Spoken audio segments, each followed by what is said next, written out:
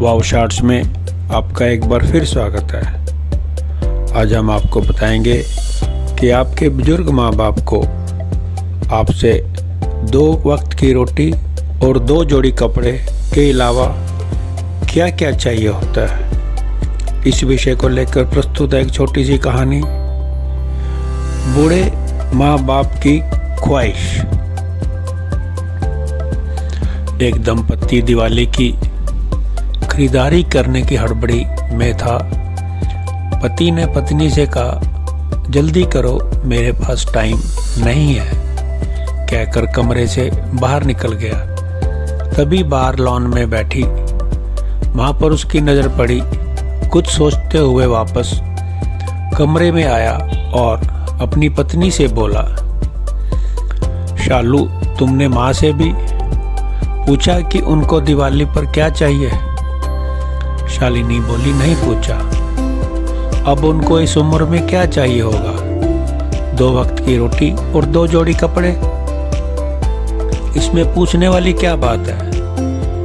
यह बात नहीं है शालू, माँ पहली बार दिवाली पर हमारे घर में रुकी हुई है, वरना तो हर बार गांव में ही रहती है, तो औपचारिकता के लिए पूछ ही लेती। अरे इतना ही माँ पर प्यार उमड़ रहा है तो खुद क्यों नहीं पूछ लेते? जलाकर चीखी थी शालू और कंधे पर हैंडबैग लटकाते हुए तेजी से बाहर निकल गई। सूरज माँ के पास जाकर बोला, माँ, हम लोग दिवाली की खरीदारी के लिए बाजार जा रहे हैं, आपको कुछ चाहिए तो? माँ बीच में ही बोल पड़ी, मुझे कुछ नहीं चाहिए बेटा। सोच लो माँ, अगर कुछ चाहिए तो बता दीजिए। सूरज के जोर देने पर माँ बोली, ठीक है, तुम रुको, मैं लिख कर देती हूँ। तुम्हारे और बहू को बहुत खरीदारी करनी है, कहीं भूल ना जाओ, कहकर सूरज की माँ अपने कमरे में चली गई। कुछ देर बाद बाहर आई और लिस्ट सूरज को थमा दी। सूरज ड्राइविंग सीट पर बैठते हुए बोला, देखा शालू, माँ को भी कुछ चाहिए था पर बोल नहीं रही थी। मेरे जिद करने पर लिस्ट बना कर दी है। इंसान जब तक जिंदा रहता है रोटी और कपड़े के अलावा भी कुछ चाहिए होता है। अच्छा बाबा, ठीक है, पर पहले मैं अपनी जरूरत का सारा सामान लूँगी, बाद में आप अपनी माँ की लिस्ट देखते रहना, कहकर शालिनी कार से बाहर निकल गई। पूरी खरीदारी करने के बाद शालिनी बोली, अब मैं बहुत थक गई हूँ, मैं कार में एसी चालू करके बैठती हूँ, आप अपनी माँ का सामान देख लो। अरे शालू, तुम भी रुको, फिर साथ चलते हैं, मुझे भी जल्दी है, देखता हूँ माँ ने इस दिवाली पर क्या मंगाया है, कहकर माँ की लिखी पर्ची जेब से निकालता है।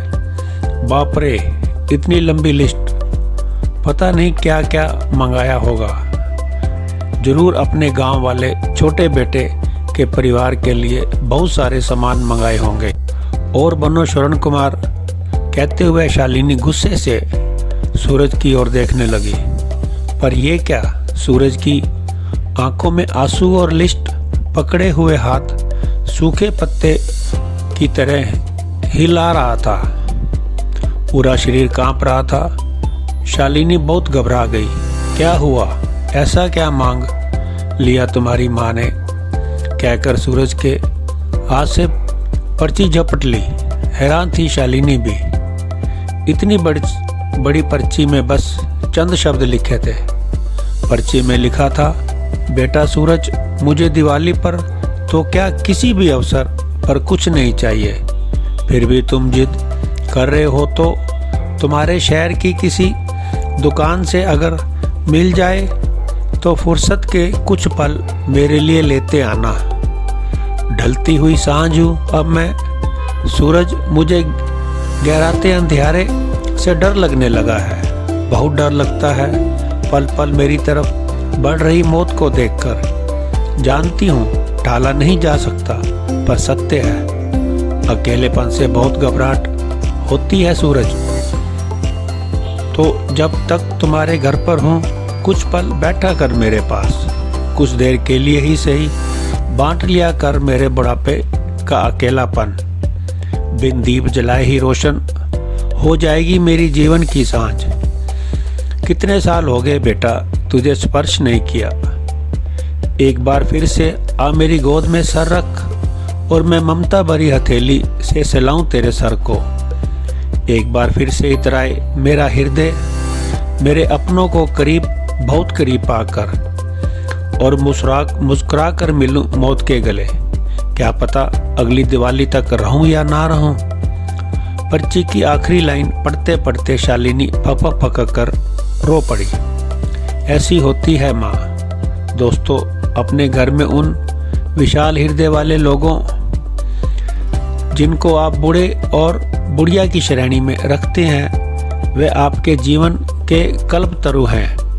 उनका यथोचित आदर सम्मान, सेवा और देखभाल करें। यकीन मानिए आपके भी बूढ़ी होने के दिन नज़दीक ही हैं। उसकी तैयारी आज से ही कर लें, इसमें कोई शक नहीं। आपके अच्छे बुरे कृत्य देर सवेर आप ही के पास लौट कर आने हैं। धन्यवाद। Please subscribe my channel wow shorts for latest updates. Thank you.